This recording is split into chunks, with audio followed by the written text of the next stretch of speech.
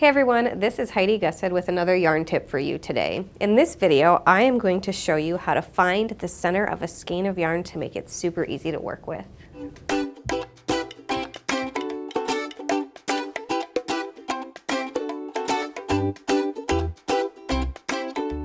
One lesson that I always enjoy teaching people is how to find both ends of a skein of yarn. So this is a skein of yarn. It is machine wound. It is spun in such a way that you can find one end of the yarn really, really easily. So right here, if we look at our skein, we can see that there's this piece here that looks like it's just tucked into the center of the skein. And it totally is. So this is the far end of the skein.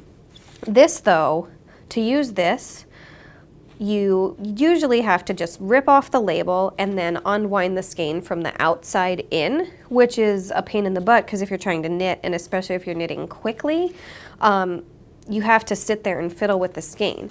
But skeins are designed to be center pull, which means while this is the outside end of the skein, there's another end that's on the inside that is much easier to work with. So first things first, we've got this outside end. What I like to do is I like to slide it under the label once, but I like to leave that label on to help give some structure to the skein. And then what I like to do is wrap it around the skein, tie it to itself, but not crazy tight, and just tuck that under the label because you do not need to think about that until you have used this entire skein of yarn. I just like to tuck it under the label so it's out of my way so it can't get tangled with anything, and so it's just nice and secure. Next, what we've got to do is find the inside end of the skein. So what that involves is sticking your fingers into the center of the skein and digging around for the end. And I think I've just about found it.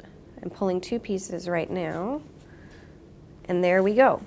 So I just felt around the very center of the skein, looking for the loosest piece of yarn. Ideally, if you're a witch magician, you can find the very end of that skein just with your fingers, but that's pretty hard to do.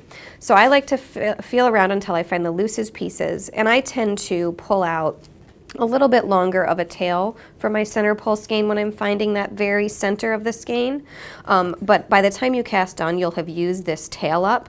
And I don't find that that's any kind of problem. But the nice thing about finding the center of that center pull skein is that you can just keep pulling and pulling, which means as you're working on your knitting project, you just keep going, and that skein pretty much stays in place and nothing gets tangled.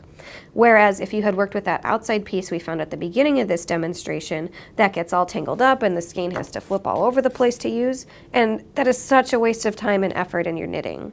So what I recommend is always, whenever you can, using a center pull skein because it just makes your life so much easier and avoids so many yarn tangles.